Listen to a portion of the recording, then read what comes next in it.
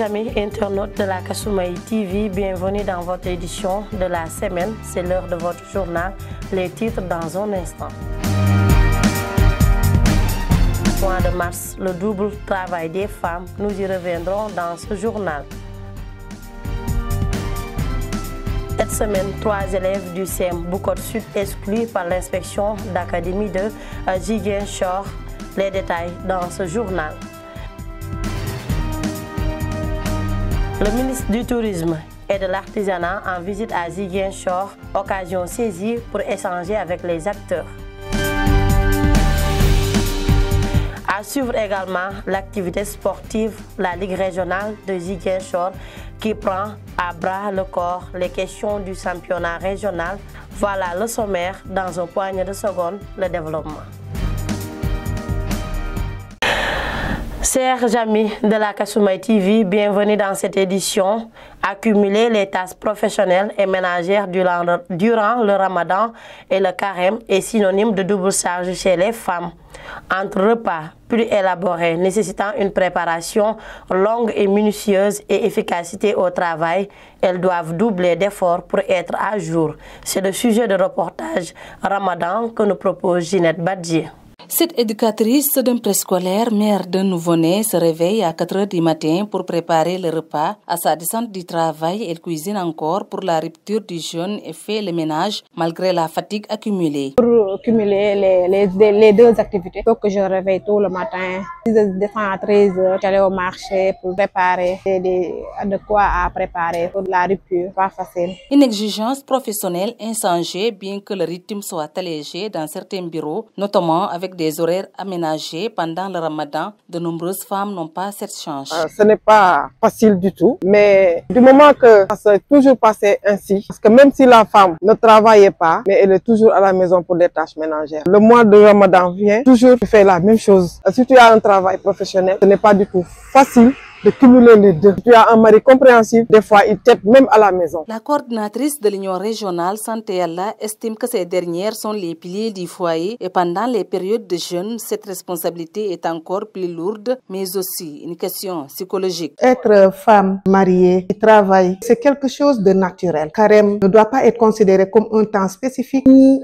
on doit peut-être réduire ce que l'on faisait. Donc, on doit continuer à vivre comme on le faisait, mais également renforcer la prière, renforcer la communion, renforcer les moments de partage, de réflexion sur la foi. Si le jeûne doit nous empêcher de faire notre travail, je ne pense pas que ça soit un jeûne qui est souhaitable. Donc, dans les normes, jeûner ne veut pas dire que je ne peux pas faire tel ou tel autre travail. Le manque de repos est un problème majeur entre le réveil très tôt, la journée de travail, la cuisine et les prières. Les femmes dorment peu et doivent pourtant rester efficaces. Merci Ginette Badji pour ce reportage. Parlons autre chose dans ce journal. Ils sont au nombre de 3 à ne pas subir les épreuves de BFM de cette année pour faute de participation et diffusion d'un film dont le contenu est bourré d'insultes. Les faits ont eu lieu au CEM Bukot Sud de Ziguinchor depuis le 17 février dernier et la sanction vient de tomber ce début de semaine. 3 élèves parmi les 7 impliqués définitivement et exclus par l'inspection d'académie pour indiscipline caractérisée, une décision qui défraie la chronique à Ziguinchor. Notre reporter Lamine Diata est allé à la rencontre du principal du établissement, suivant le déroulement des faits racontés par François Poussy. Un collègue m'a appelé pour me dire que est-ce que vous avez vu le film qui tourne dans les réseaux sociaux concernant votre école? J'ai dit non. Il m'a dit je vous envoie le film. Il m'a envoyé le film. Quand j'ai visionné, tout de suite j'ai appelé le surveillant général. Je lui ai dit que identifiez-moi ces élèves-là. Après quelques moments plus tard, je suis arrivé. Je lui ai dit d'aller dans cette classe, demander à ces élèves-là d'amener leurs parents. Les professeurs étaient en train de s'agiter pour aller en mouvement et beaucoup ont juré qu'ils ne feront jamais face à ces élèves-là en classe. Et quelques professeurs. D'abord, j'ai procédé à visionner la vidéo, j'ai remis aux parents, je montre à chaque parent, je dis est-ce que vous avez reconnu votre enfant? Il dit oui. Je demande à l'enfant, est-ce que c'est vous? Il dit oui. Je dis maintenant, les propos que vous avez tenus ici, est-ce que c'est vous qui avez tenu? Il dit oui. Maintenant, on lui pose des questions, notamment, qu'est-ce qu'on vous a fait pour insulter? Tous, ils ont reconnu que rien, devant leurs parents, j'ai fait le rapport de l'audition, je suis allé voir l'IEF. Quelques jours après, l'IEF m'a convoqué, il m'a entendu. Après, il a convoqué la présidente de l'association des parents d'élèves. Il a entendu, il a convoqué les parents des enfants là, il les a entendus. Et le lundi, il a sorti une circulaire, là où 4 élèves ont été réintégrés à l'école et 3 ont été exclus définitivement. François Poussy, le principal de l'établissement, était au micro de Lamine Diatta. Leur seul espoir à réintégrer un jour une école ou un centre repose sur cette médiation que compte mener COSYDEP. En effet, la coalition des organisations en synergie pour la défense de l'éducation publique s'apprête à plaider pour une clémence envers ses élèves. Moussa Sakho est le coordonnateur régional de COSYDEP. Nous l'avons appris en même temps que l'ensemble des membres de la communauté éducative par rapport à une situation qui résiste l'école sénégalaise. Et c'est pourquoi d'abord nous condamnons avec la dernière énergie l'acte en tout cas posé par les élèves.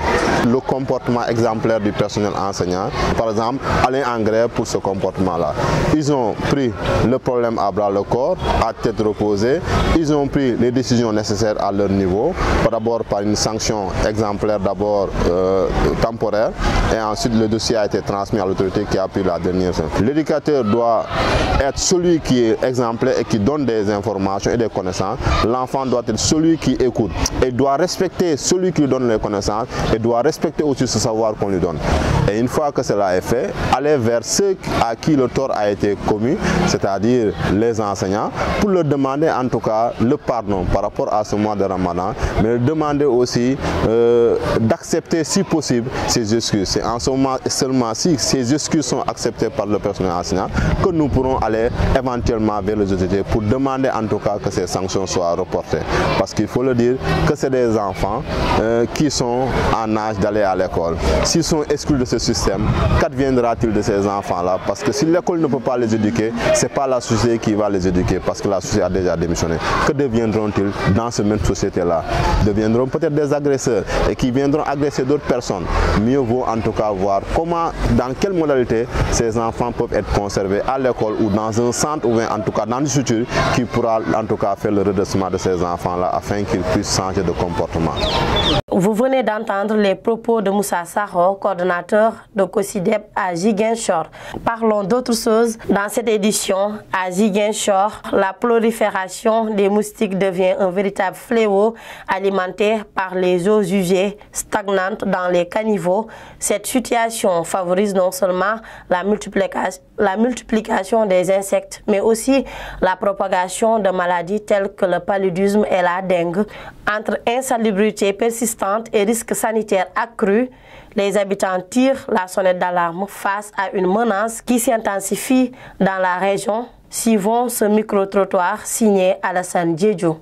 On voit qu'il y a beaucoup de moustiques dans la population casamançaise.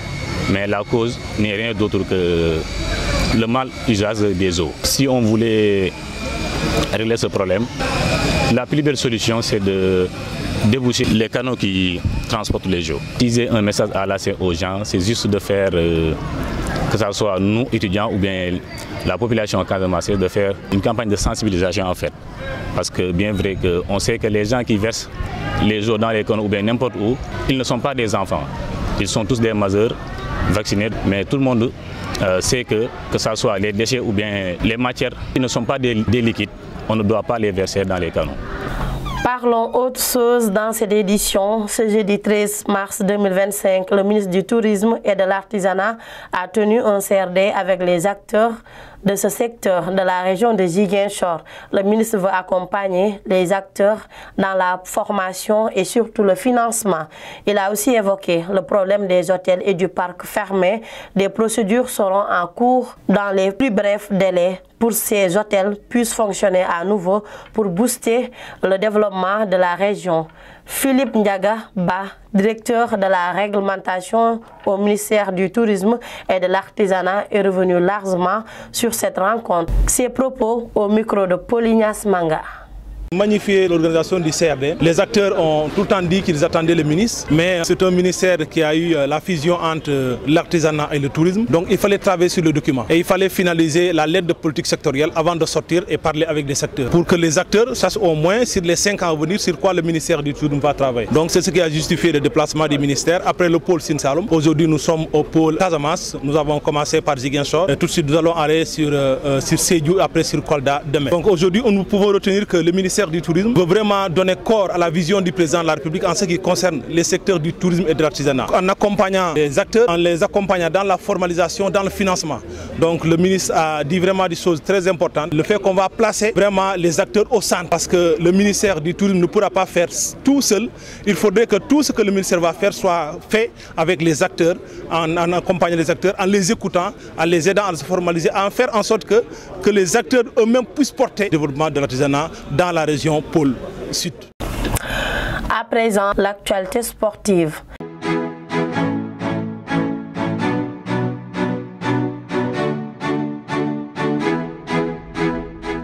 Ce samedi 8 mars 2025, la Ligue régionale de football de Ziguinchor a tenu une réunion de comité exécutif élargi au président de club au niveau de son siège. Le but de cette réunion est de revoir le déroulement des phases allées du championnat, les points forts et faibles ensuite lancés, la compétition des catégories juniors pour avoir plus de compétition dans la région. Nous écoutons Iram Djiba, président de la Ligue régionale de Ziguinchor au micro de Paulignas Manga. Aujourd'hui, c'est justement pour faire une évaluation de notre championnat régional qu'on a lancé depuis le 11 décembre. Nous avons terminé la phase aller. Avant de reprendre la phase de retour, il fallait nécessairement s'asseoir. Il y a eu quand même des décisions fortes qui ont été prises. Pour ce qui concerne la reprise, nous allons dès le 26 de ce mois de mars lancer la compétition des petites catégories par les juniors qui sont au nombre de 23 clubs engagés pour la saison sportive 2024-2025 pour les juniors et que donc le lancement se fera le 22 et le 23 et au 26 mars. Pour les seniors, comme nous avons observé juste une pause, le 5 et le 6 avril, nous allons reprendre la compétition avec les seniors dans l'espoir de terminer aussi ce deuxième tour dans les meilleures conditions, comme ça a été le cas pour la phase aller des seniors où on n'a pas noté vraiment de violence. C'est l'occasion pour moi de féliciter tout le monde, de remercier en tout cas les membres du comité exécutif élargi au président de club qui ont bien voulu répondre massivement à cette rencontre. Ils se sont donné le temps d'intervenir. Et il y a eu trop d'interventions, toujours dans le sens de bien faire, apporter des idées qui nous ont permis en tout cas de corriger pas mal de choses. C'est tout. Merci d'avoir suivi cette grande édition de la semaine.